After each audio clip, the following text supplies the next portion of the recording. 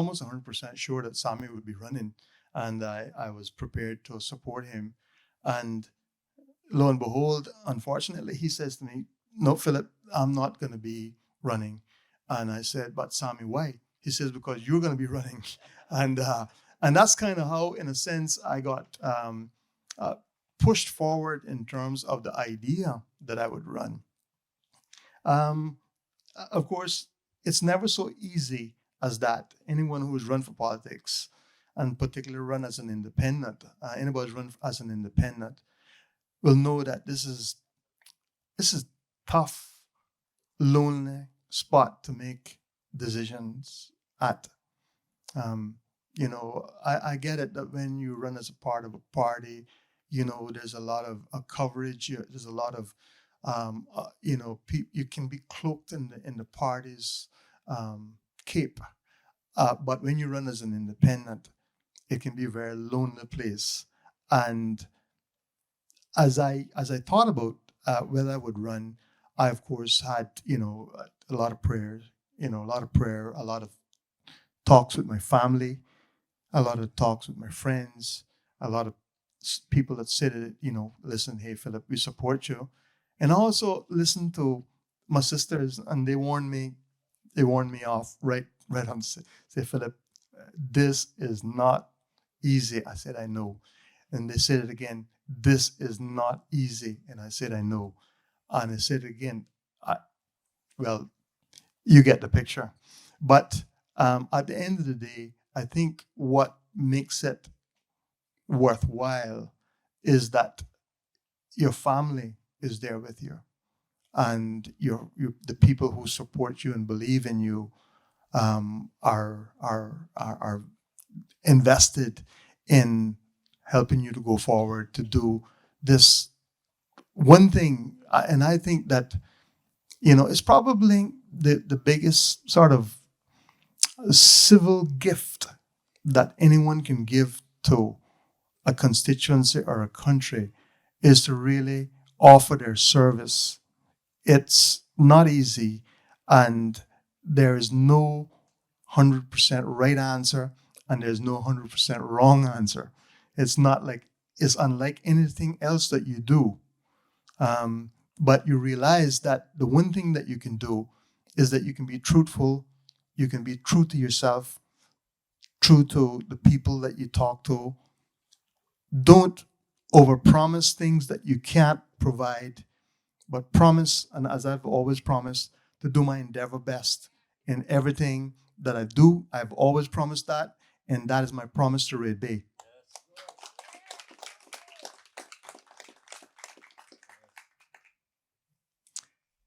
As I said, there was a lot of prayers, and I wish that I could tell you that I had this great vision, and somebody from above told me that I must run.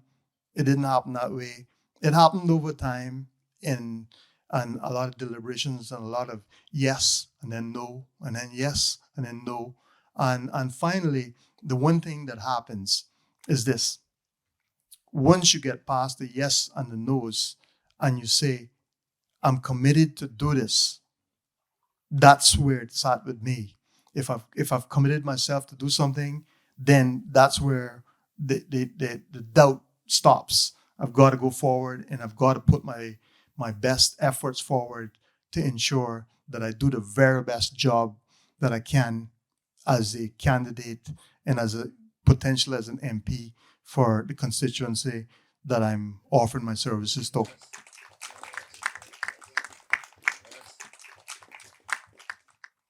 As I said, the Red Bay issues are pretty well known. The Red Bay specific issues. Uh, we know that you need road safety is at an all-time issue here in this constituency. As you go through the neighborhoods and you speak and you canvass, a lot of the neighbors speak of the same thing, of speeding vehicles, which means that we need to have traffic calming devices. They also speak of issues of safety. Uh, and of course, therein lies the issue of trying to put features in here which will enhance the safety. And as I've indicated in my brochure, if you haven't got a copy of the brochure, I'd invite you to get a copy. Uh, One of the things that I would like to implement would be uh, strategically placed cameras so that this constituency could have a better handle on things safety. Well, I think that on the things Red Bay, as I would say, um, clearly there are other candidates out there, and overall, I think that all of the candidates love Red Bay. I think they intend to give their very best, and will do their endeavor best to ensure that the things Red Bay are taken care of. However, I also urge that as we think and consider the the candidates that are available, that it's not only about things Red Bay, but to consider that your MP will be representing you in Parliament. We're talking about an area in which the Parliament is principally where we have the Legislative Assembly, where the laws of the country are made, where they're debated. And from that perspective, clearly, my profession as a lawyer does give me some insight on how to deal with those issues. So certainly, I believe that that is something that is worth considering as a constituent of this constituency, to consider when all things are said and done, that you want your candidate to be the best possibly qualified individual to represent you in Parliament. And I would urge you to consider my background and my qualification, and that this certainly will bring something to the position of MP that I don't think that any of the other candidates are able to bring. Yes. Yes, as I was saying, your MP will be representing you in Parliament, and in particular will be assisting in forming the next government. I think that we need to analyze that and be thoughtful about what that process looks like. On the 30th of April, all the constituents, all the constituencies are going to be voting for their MP. At that time, there's going to be 19 MPs chosen. Certainly, as we look at the lay of the land today, it appears very uncertain as to where many of those races will fall. We can't be certain on anything about who will be elected.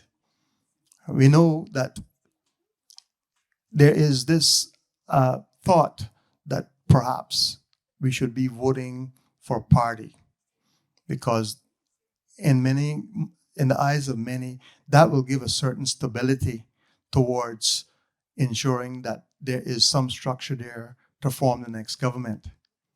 However, there's also another consideration. As we look at the various parties, it seems almost with certainty that none of those parties will take the necessary 10 seats in order to form the next government. What does that mean? What it means is that, in fact, we're likely to be bound for what is called a coalition government, meaning a government formed between one or more parties and perhaps some independents. We also look at the landscape there, and we see that some of the parties, even the leaders of some of those parties, are headed in for some very, very tough fights.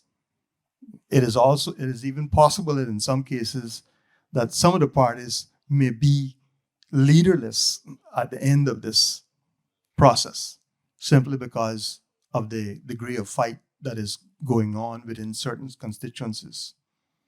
And I know that we would like to have this thing laid out more clearly for us so that we could say, yes, we can see who the parties, who the persons are that are going to become MPs, and then on the basis of that, then select or say who we would want to form the next government with.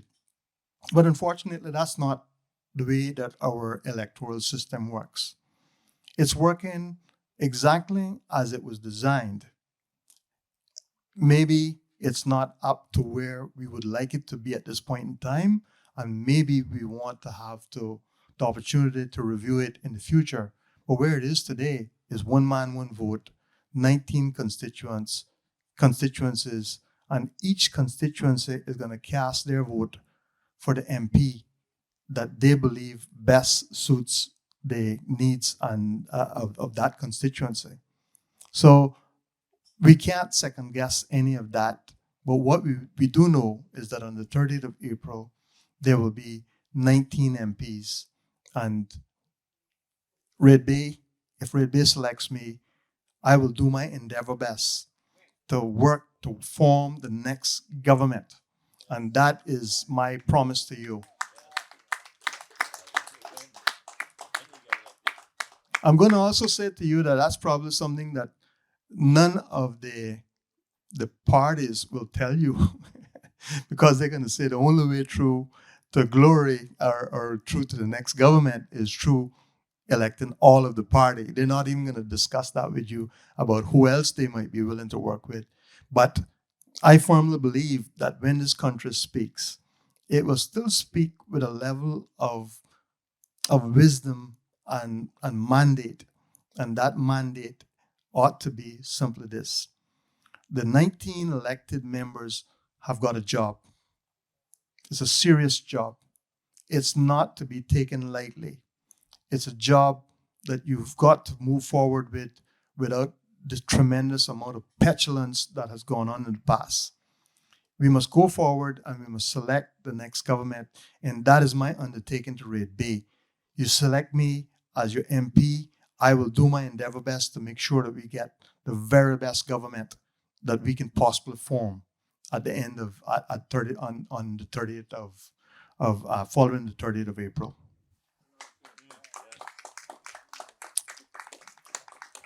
When we hear about parties in Cayman, I think that it's not improper for us to kind of wander down the history of parties and the histories of parties in Cayman. For anyone who was around in the 1970s and 80s, and they wonder why the party system never really took off in Cayman. And there's a reason behind it, historical reason behind it. But back in the 1980s, and obviously most of us here will have been there then. But if you had even mentioned P in party, you would never have gotten elected. And there was a reason behind it, because if you think back, one of the issues that we had then was that there was our leaders of the day said that they wouldn't have anything to do with parties, really because of what was happening in Jamaica at the time. And the idea of, I remember one political leader speaking of it and saying that he would never support the idea of people marching in the street with different flags and burning car tires. A lot of stuff was happening in Jamaica at the time. That shot Bob Marley, and so our history of party politics really didn't have a good sound rooting back then. It came, insofar as it is actually applicable to Cayman, it came much later, but because of that, what you found was that um, people ran as basically independents, and then they had what they call teams. The idea is that they would run in an election, but they would sort of give some indication of who they might work with. And so that's pretty much how things developed there in terms of moving from pure independence to kind of a team. And to be frank with you, if you think and look at where we are, in many respects, you know, the quality of life that we have in Cayman today is really because of taking that slant, I think, rather than to have gone more aggressively towards parties back in the day. Um, and you know, I'm always, you know, while I think that having a party and having parties is not necessarily a bad thing. I'm also um, I also think back about the fact of all of the significant and good independent MPs that we've had throughout the years, who've been people with maturity, calmness, people who have actually helped to stabilize us in many difficult situations. And I think that when we start thinking really about voting, we ultimately get back to one thing, is that we still vote for people, no matter how much of you know uh, how much decoration we can put around people in terms of which party they run from, that they are running with.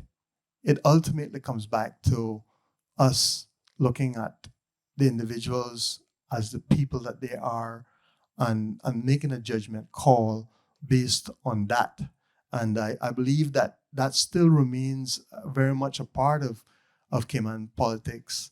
I think that there's still going to be, for forever, I hope, a place where we can not only look at who we elect based upon the party that they are part of, but also based upon what they stand for as an independent. And I want to be that independent that you will be proud to know is representing you.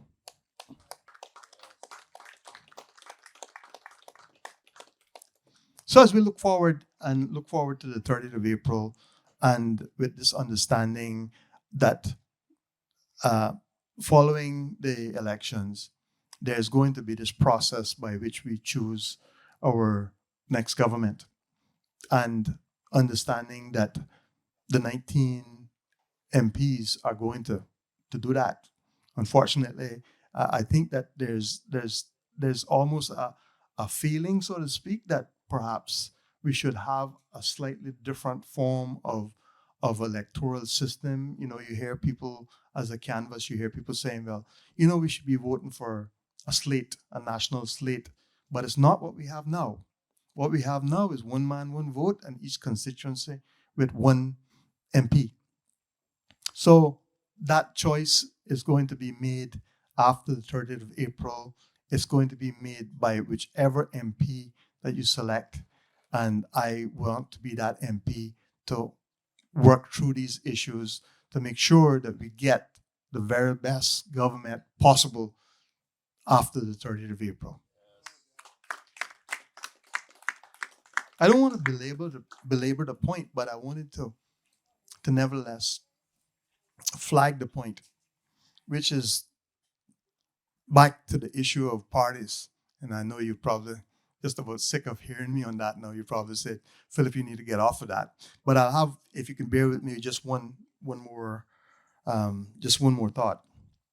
And that is that clearly, for those who have been in other jurisdictions and have followed what parties really look like, and how they act, and the culture and philosophy of a party, we see that, in fact, in Cayman, there's really no real party culture, philosophy.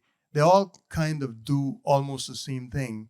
What is quite apparent, and as you watched over the last 8 years, is that you see that even perhaps the party which is probably the most long-standing of parties, which is the Progressive, I think the other ones are new, so we can't say what they're going to do.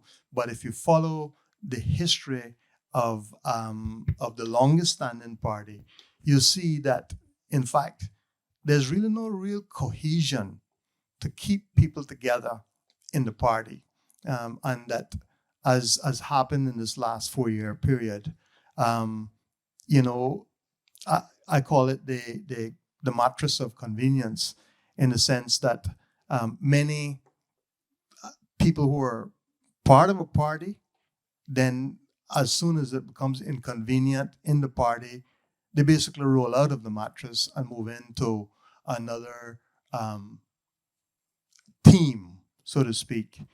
And of course, we saw that happen back and forth in the last 4 years, where they we're not going to call names, but we're going to say that members of the PPM became members of the UDM, and then they became again. Now they're back to the PPM, and also you will notice that one of the things about this whole idea um, of parties is really a part of discipline. You know, it's really unusual that when a person leaves a party, that you would see them join, and especially join and then leave and rejoin. There's not really that cohesion that is needed as a cultural aspect of the parties that we have in Cayman.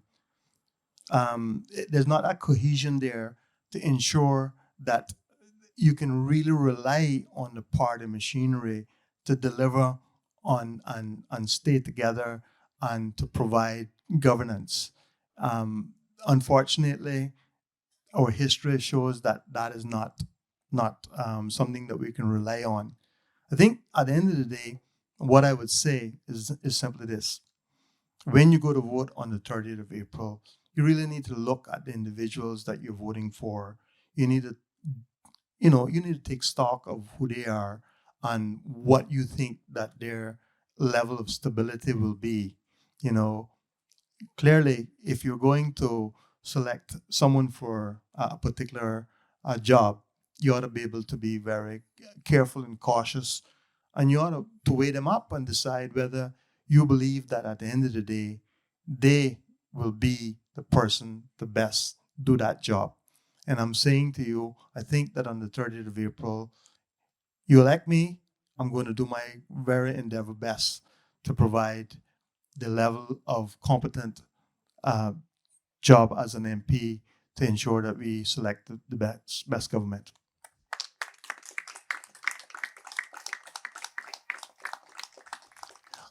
Yes, I just wanted to kind of go through that aspect of things, and then I think that Mr. Moderator, if you wanted to.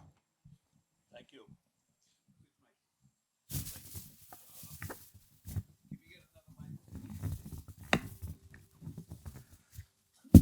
Yes. Thank you, Phil, for outlining your career history, your family history, and also speaking about you and about what drives you, and also your view of decisions being made on 30th of April, and why people like yourself as an independent would be the best choice for Red Bay. And so Phil talked about his career in the service industry, in the tourism industry to start with.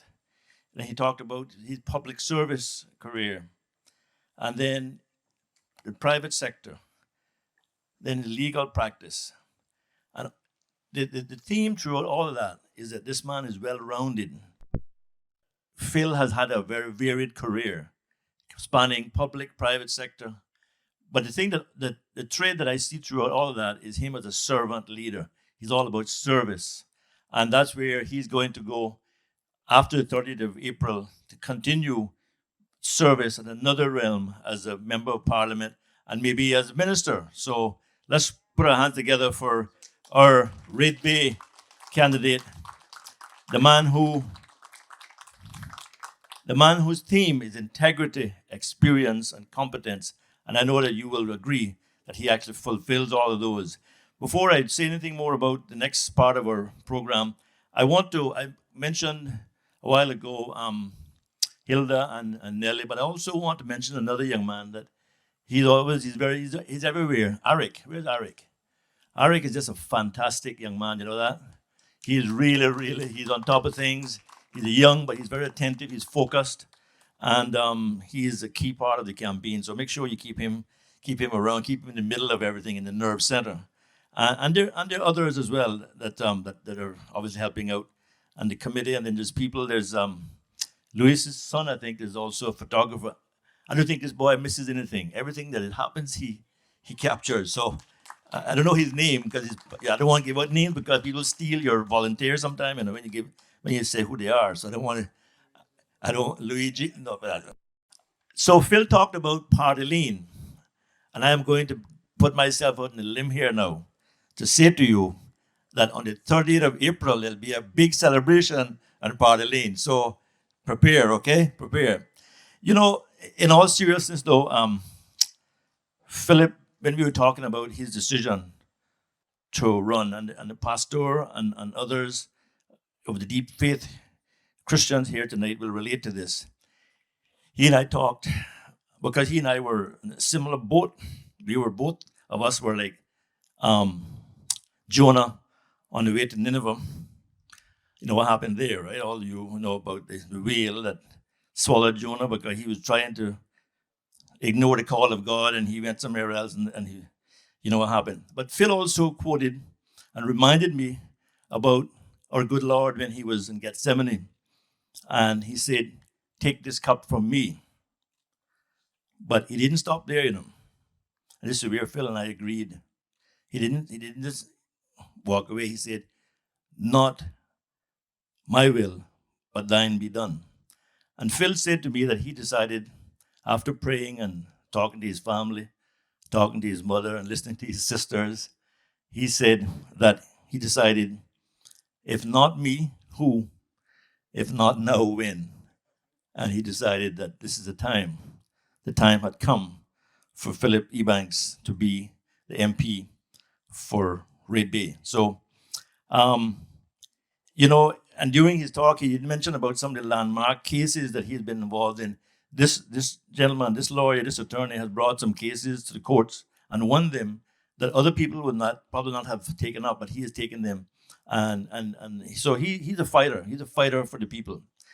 So what we want to do now is we want to do some cute question and answer to it. If you have anything you want to say, and Mr. Dwayne, I'm going to be depending on those mics to be working. So if you have a question or a comment that you want to raise, this is your time to do it, because this is not just about Philip talking to you, it's talking with you and getting your feedback as he proceeds throughout this campaign. Because when we had the first launch rally at Mike Russ a few weeks ago, he then provided the opening arguments. As we go through this campaign, as the lawyers amongst us here with Noah and others, he's laying out the case. We're all laying out his case. Up until the 29th, until midnight, 29th of April, he and the committee and all of us are going to be building towards the closing arguments. And then at the rally, the big rally on election eve, on the 29th of April, he's going to be resting his case. And then on the 30th, it's all of you, all the voters of Red Bay, it's going to be in your hands to make the right decision. So that's what it's all about. That's a journey that he's on. We're almost midway in the 2 months anyway, and we are moving to a high gear every day. So just enjoy the ride and come along with us and do your part. Everybody do one little thing, and we'll get Philip elected. So we have a couple of questions, and we got some questions that came in earlier, and I just want to find those and read those. But one is, as I recall, and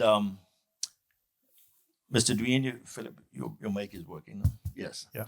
So one of the questions that came in the campaign chat was that during the when school is out, we see a tremendous decline in traffic and traffic congestion. You, as someone who is involved in traffic and public transport, and as a citizen of Red Bay and this area that is impacted a lot by traffic, what does that tell you about some of the solutions that can be made to traffic congestion? Certainly, the whole issue of traffic and traffic congestion is quite involved. But we've all seen this that during the summer break, there seems to be a respite from some of the traffic, and the only logical conclusion to that, I think, that one can come to is that because schools are out, and those kids are not being transported during the day, and that is making a difference in terms of the traffic volume and the traffic congestion. So there's certainly a it's worth really looking at ensuring that our programs are geared towards ensuring that all school children, particularly I think the private schools, that they all have a bus system. I think that is going to make obviously that is something that looks like it has very positive results, can bear very positive results for traffic, and certainly it's something that I think that we need to look at and try and encourage and make sure that we find a way forward, because with traffic congestion, I think that we're going to have to take as many of the what I call the low hanging fruit, the things that are perhaps easiest to fix. But yes, the longer term issues with traffic are obviously more complicated than just simply that.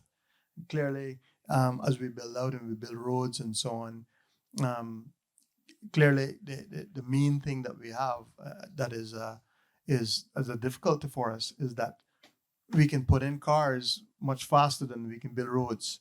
So therefore, we've got to find other solutions that are going to work towards really dealing with traffic congestion, and more comprehensive plans to do that.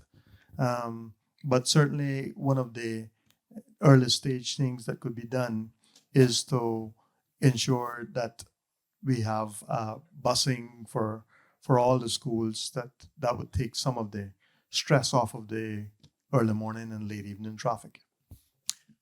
Thank you. While I wait for anybody else to ask any question, I have another one that came in on the chat, and that's in relation to flooding in Red Bay area or stormwater management. And the person is asking,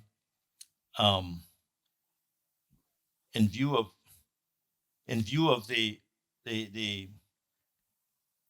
conditions in Red Bay with the high water table,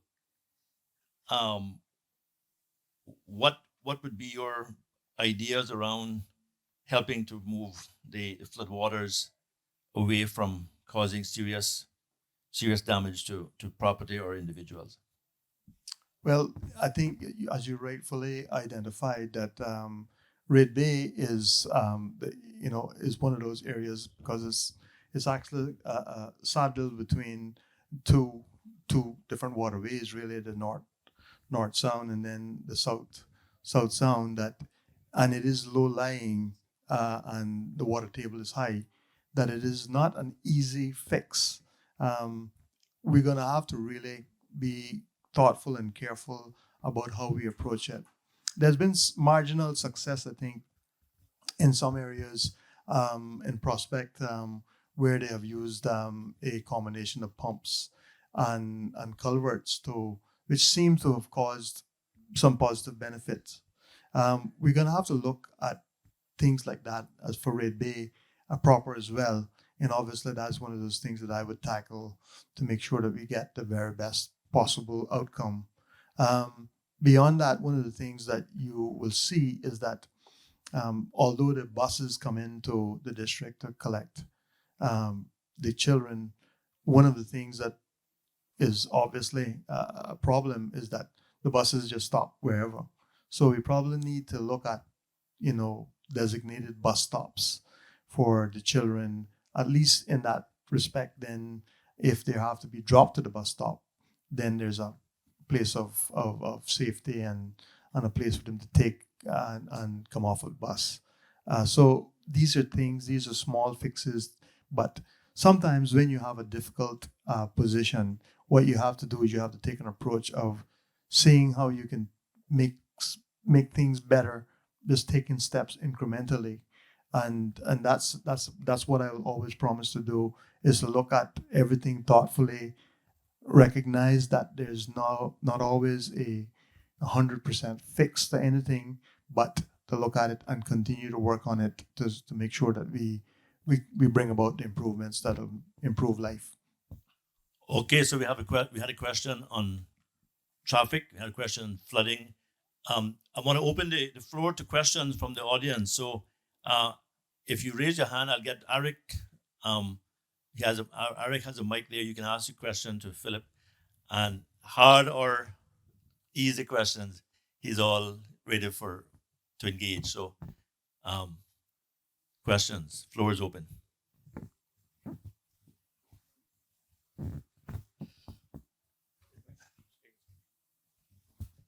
Good evening. I have a question for you, Phil. I'm new to this. Well, just returning home as a returning resident, and I hear a lot about this traffic, especially here in Red Bay. Recently, I was staying up in Newlands till I move, out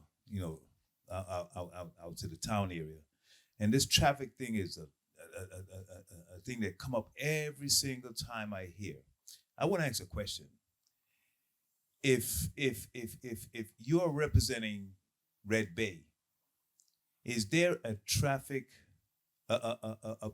person in the government designated to a traffic ministry or traffic somebody throughout the whole island?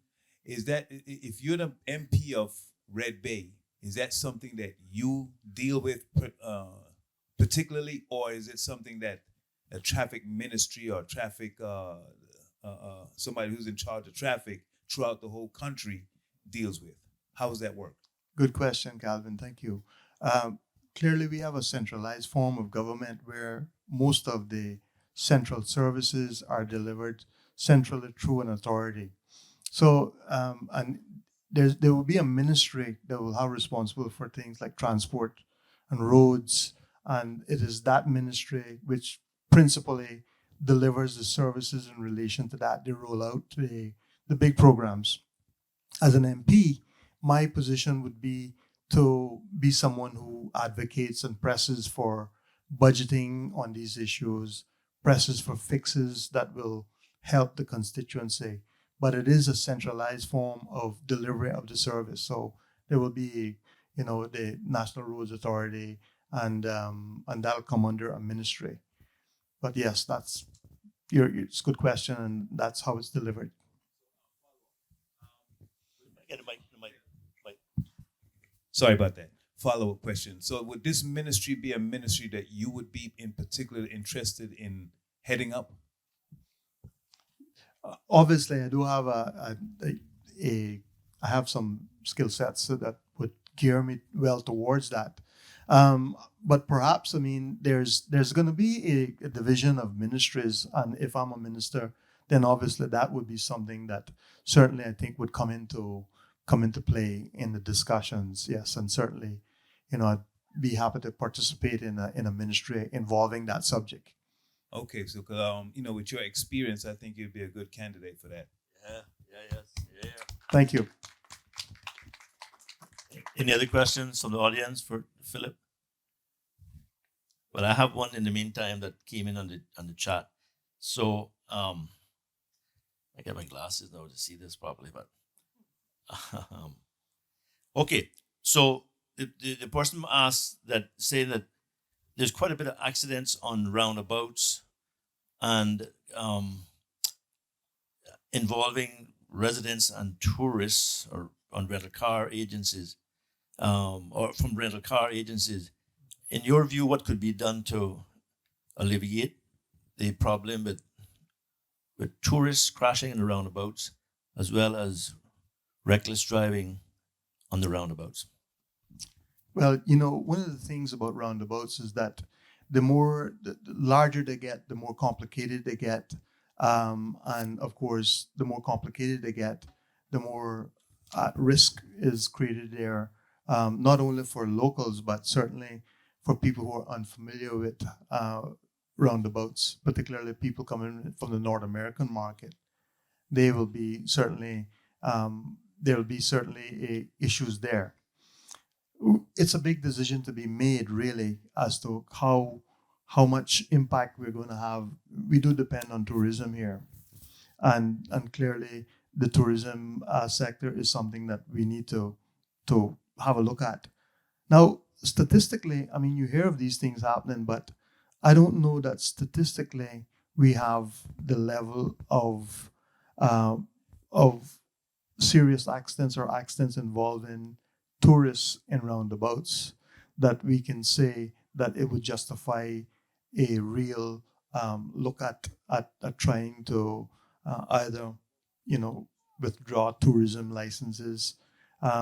It is also obviously one of the other things that we could do, and sometimes we do get back down to that of at roundabouts, is the question of having traffic lights at roundabouts. That is something that has been looked at more from the perspective of seeing how you could better deal with congestion. But obviously, traffic lights do add an element of safety overall. Wherever you have traffic lights, it usually works towards um, helping to make the roundabout a bit safer. But we really need to look at that holistically and see what the statistics are there.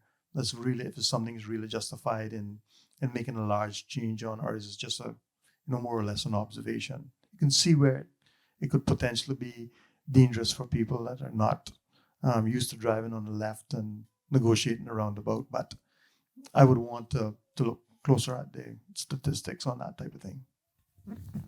Okay. Unless there's other questions from the audience, I have. One here. Okay. Yes. Phillip, Yes. here. Oh.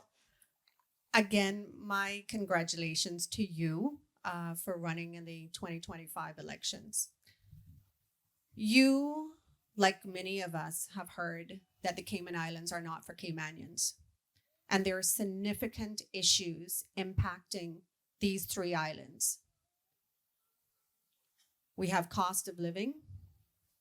We have land issues where there is not the ability for young Caymanians to purchase land in their own country.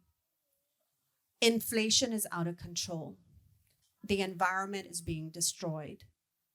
Could you spend a few minutes outlining your manifesto when it comes down to key issues facing these islands, and what are your plans to try to fix some of these issues when you are elected tomorrow, 1 month? Thank you. Thank you so much. Absolutely an excellent question, or excellent questions, I believe, is probably more appropriate. Perhaps maybe the first place to start is to look at things like the cost of living. Now, we live in Cayman, and as you're aware, one of the things that we deal with is that everything that we consume is imported. Um, these are real issues for us. The simple answers to a lot of these things is not quite so simple, and you have to kind of take a back step, I think, and look at the things which we spend most money on, and try to see if there's things there that we can do to reduce those things. And one of the things that I've looked at is the idea of mortgages, recognizing that mortgages usually take up it's probably the largest expenditure that you have in a month. And one way that I believe that would make a real difference is to have longer term mortgages, instead of having 25 or 30-year mortgage, that you'd have a 35 or 40-year mortgage. And in that way, you'd reduce the monthly outgo on the mortgage.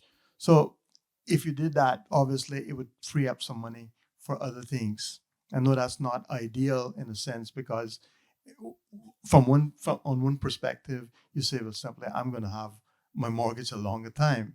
But I think that it could still be a way of giving a little bit of relief to ensure that the other things that we don't have so much control over could be dealt with. In terms of food and so on and so forth, there's been discussions about uh, importing foods from Central and South America. Some of those ideas haven't been fully exhausted or looked upon as yet, and I would want to take a look at seeing how those could be. We could benefit from perhaps a little bit better in terms of cost, in terms of food and food supplies and so on. When we look at the tariffs, clearly most of the essentials are already tariff free. So there's not a lot of area there for reduction of tariffs in order to bring food down. But here is what I think that we should be looking at in a longer term. We should be looking at seeing if we can pull together think tanks to look at things which are complicated. Because I believe that in this country, we have a lot of expertise. We don't need to have, spend hundreds of thousands of dollars on studies. I think that most of the answers to a lot of the things that we have can be solved by local think tanks that can really look at these issues. And, hey, I'm an attorney. I'm a specialist in policy making, drafting laws, but I don't profess to know everything. And despite what most of the existing candidates may say, they sound off really well, but the reality is that the cost of living is a very complex issue in Cayman. There has been suggestions that one of the things that we could do is to see if we can improve our food security by encouraging local farming. And of course, that is something that's worth, considering, and to see how, perhaps the government could encourage farmers to produce more food locally. We don't have a large land mass, and we don't have a great agricultural soil either. So these are things I think that we could build on, but I wouldn't want to offer it as being this great avenue of reduction of the cost of living. What it might do, which is probably maybe as important, is that if we can have a greater supply of fresh, natural food, then that can obviously sometimes translate into a better outcome in terms of healthcare and health insurance and that sort of thing. So by having healthier food, we can perhaps look at it from a slightly different perspective of saying, well, healthier food, healthier people, less medical costs. So there's that. But it is it has a lot of nuances to it. And my approach would be to make sure we set up a think tank and really look and drill down into what's applicable at this point in time. How can we really benefit? What can we do? And those are my general thoughts on that. Housing, and again, the cost of housing is, as you rightfully pointed out, is out of reach of most Caymanians at this point in time. A house that was $250,000 or apartment $250,000 a couple of years is now $450,000, $500,000. Land that was $100,000 is $400,000. And this is one of those things that has come about because of inflation. But I think that inflation has been largely um, has been made worse really by the fact that we have such a low housing stock. As you look around, you see that the housing that we have in the range where Caymanians can usually afford, which is that 350 to 450 range, is just virtually non-existent, and as a result of that, they're forced into a higher market of house than they really can really afford. So what I think is going to make the biggest difference on that is to increase the housing stock. Right now, the housing stock isn't there. We've got to find plans and programs in order to increase the stock of housing in the particular range of housing that Caymanians can afford. One of the good possibilities, as I see, is as we open up the roads. There's pros and cons about opening the new east to west road, but what it does have as a benefit is that as we go in that direction, we open the additional road.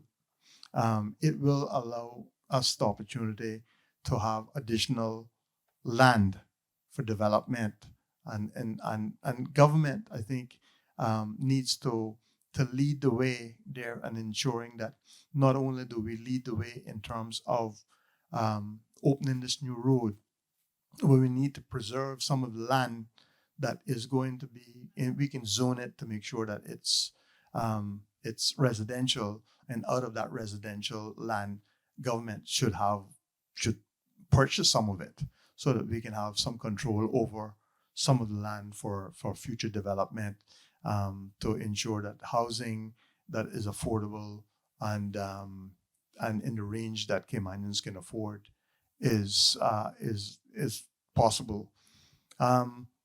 In terms of the volume and increasing the volume and stock of housing, clearly what we've been doing over the last 4 years doesn't work. And I think that there's a combination of reasons why we don't have the additional stock of housing. There's planning regulations, and there's environmental groups as well, who are really kind of keep a sharp damper on the volume of houses that we can develop. And so there's that trade-off, right? We're protecting our environment, but at the same time, we need to also make sure that land is available for housing to continue. So that's where the fine balance, I think, that we need to really be careful with and thoughtful about as we go forward. But the most important thing that we're going to do, that we have to do, is to really look at zoning. We got to get zoning right. We got to make sure we get residential zoning and that sort of thing sorted out, and make sure that the regulations are, while we want them to be reasonable, we want them to protect the environment, but they don't stop that which we must have, which is we need housing for Caymanians to be able to have a place to raise their families. I don't think there's anything more important that we can do for a Caymanian family than to make sure that we pursue programs which allow for affordable, safe housing. And I will be a champion for affordable, safe housing for Caymanians. I think there was one other thing. The environment, yes. I think that was kind of came in on the tail end of what I was speaking about. But yes, obviously the environment is a massive. People are massively interested and concerned about the environment, and certainly, and with right. As we look at the sort of the main environmental concerns that we have, and I'm going to tread into some very dangerous territory now, talk about the cruise ship berthing, because I think that's one of the things that really a lot of people, it raises concern for a lot of people about the cruise ship berthing. And there's really, it seems like there's sort of three sides to the argument. Obviously, there's those who are very environmentally conscious and they are saying absolutely nothing at no cost. And then there's the other side of the coin, which usually is the water sports operators, and they're absolutely yes, we must have. And then there's the people kind of in the middle who maybe are not so sure about the whole thing. They're sympathetic to probably both ends, and so against that background, we now have this referendum, and the referendum is there for us, I guess, as a sort of a gauge as to where we should be going. Um, I don't know that it's going to finally settle anything, because I think that the question as it's been asked is so broad. It's either you're giving government an open ticket to do whatever they please, or you're saying no, they can't do anything. Um, I think this is going to be something again that the next government is going to have to wrestle with. Um, I must say that I think that perhaps the way that has been handled, without being too overly critical of the last government, um, has not been ideal. When we look and we think about the the the, the main um, reason why they say it's necessary, they made an economic case. They made an economic case that the reason why we have declining numbers is because we don't have a cruise ship berthing. Well, there was a recent report, and of course some of the pundits will say it's unfair, it was not an independent report, but the essence of it is that there, while there might you might draw that correlation, it's not certain that the reason why we have declining numbers is because we don't have a cruise ship berthing, because in other jurisdictions where they have cruise ship berthing, you still got declining numbers. So we are in this quandary here now. This economic issue doesn't seem to have settled itself, and we have the upcoming referendum, of which anybody knows what will come out of that. But I believe that irrespective of what comes out of it, I don't think this by any means the end of the argument. Um, and I think that next government is going to really have to look and decide where to go forward with this, or what to do about it. I wish that um, I could be more enlightening, but I think that that's where we are.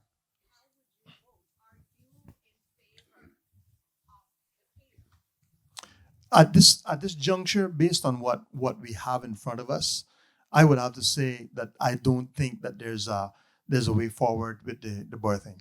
That's where I see it right now. Yes.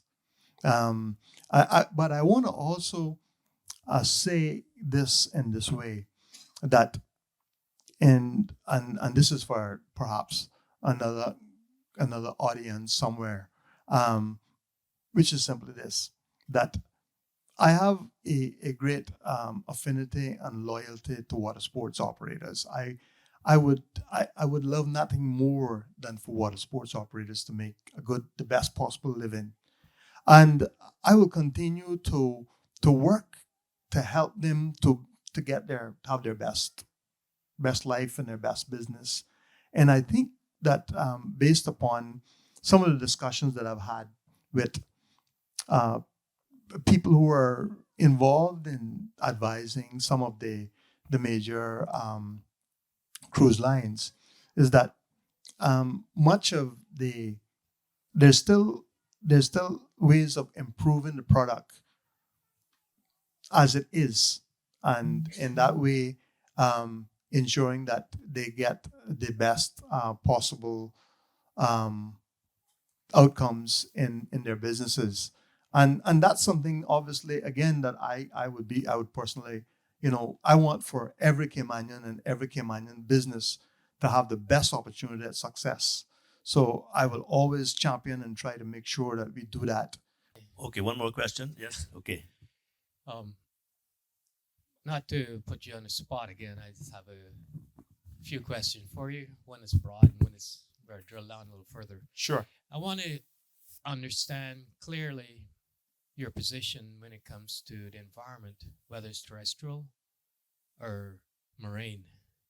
And to take that a little further, we've been trying to maintain a balance because the environment that we live in is our standard of living. That's the bottom line of that, what surrounds us. You know, we're not going to live here if the environment is not adequate. So, having said that, we the NCL depicts there lays out the facts of doing EIAs so that we can mitigate and achieve that balance in the environment versus whether it's housing, roads, and other factors that comes up against that has the potential to diminish value of it. Where do you stand with that going forward? Because right now we have a very comprehensive and it's working for us. I just need to know, where do you stand when it comes to that? Could I just, as a moderator, I think it's an excellent question. It's very learned, very deep. And if I could repackage it a bit, because we have a similar one from the Cayman as well, and it focused on, and actually as you were speaking, and I hear the water lapping behind us here, and I thought about the mangroves and stuff like that. Because your question, to be handled properly, it would take a couple of weeks to answer. But I wonder if I could if I could focus it to the issue of our mangrove buffer around the island, especially in this area. But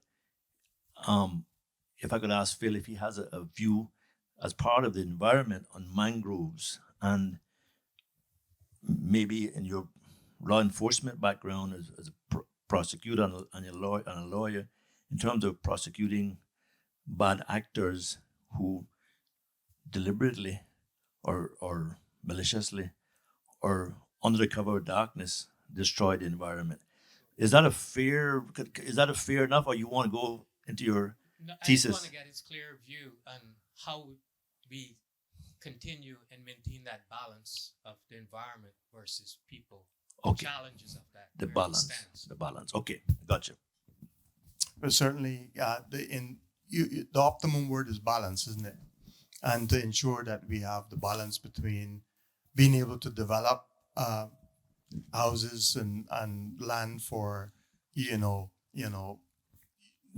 our daughters are returning, and to be able to at the same time protect the environment as best we can. I think that those are two. There's two points there and two sides of it. And if you said to me, if you talked about a specific item and you said, "Hey, listen, do you agree with that or you don't agree with that?" then maybe I'm in a better position to answer that. But in general, I agree with environmental protection. But in general, I also believe that we've got to move forward to make sure that we're for the benefit of the islands, to develop housing and roads and all those things. And it's going to be a decision. There's going to be we're going to have to make a decision about some of it at some point. And I think that we need to be thoughtful, careful, and to try to make sure that we have the best outcomes. And that's kind of where I'm at. Can I just continue that? Supplementary. Supplementary. Yes, I take your point. But the guardrails we have, we're doing environmental impact assessments, which helps us mitigate and navigate going forward in trying to achieve that balance. Where do you sit on the fence of that? So if you're asking me if I believe that we should continue doing environmental assessments, absolutely yes. Thank you.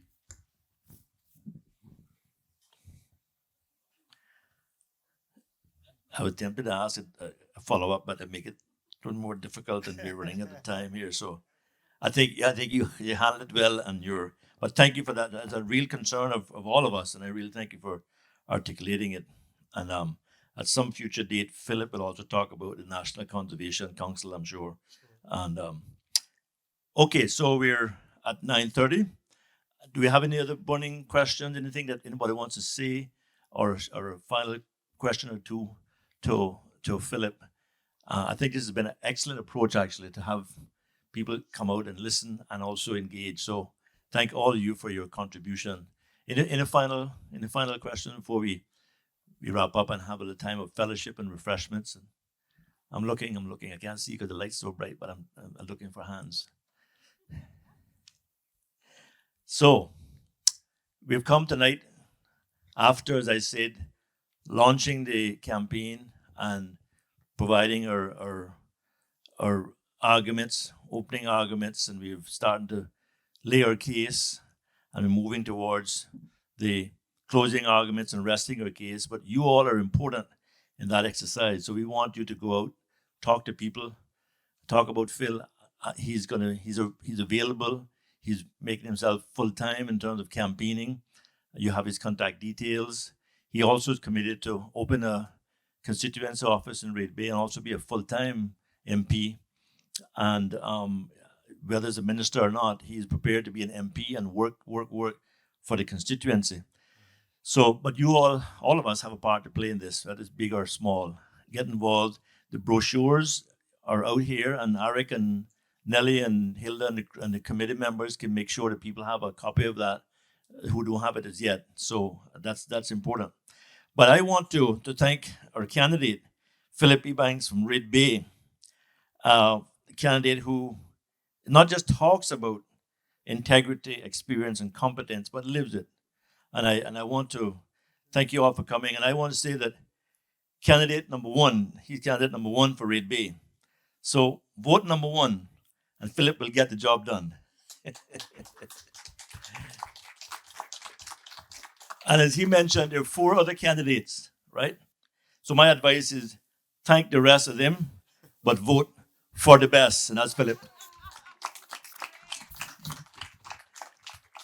So I thank you all for coming, and we want you to stay because there are refreshments, and Philip wants to talk to each of you, and we want you to meet some new people. If you don't know anybody here, meet somebody new and leave here with a friend, but leave here also with a commitment that you're going to go out there and call people, and you're going to talk about Philip, and we're going to talk about building a better Red Bay for you and for all of us. And Mr. Sami, before we leave, do you want to say anything? I know you don't want prayer or anything, but do you want to say anything? Eric, just give Mr. Sami a mic for a minute. He's a lawyer as well, so I was trying to hide, I know. but you put me on the spot. All I want to say is that I'm very impressed with Phil's presentation and his answers tonight. And as you know, Phil is a good friend of mine, a colleague, someone I trust, someone who I wholeheartedly encourage to run for Red Bay simply because I wasn't in a position to do what I did 4 years ago. And I truly believe he is the best candidate for Red Bay. All right, let's give a round of applause. A good point to stop right there. So I want to give Philip a last word for the last 30 seconds to say what you want to say before we shut down the mics. Yeah, first of all, I'd obviously like to thank everybody for coming out, for participating, the good questions that we've had, for this opportunity to interact with you all, to take the tough questions as well, because the reality of it is that there's no easy ride in this process.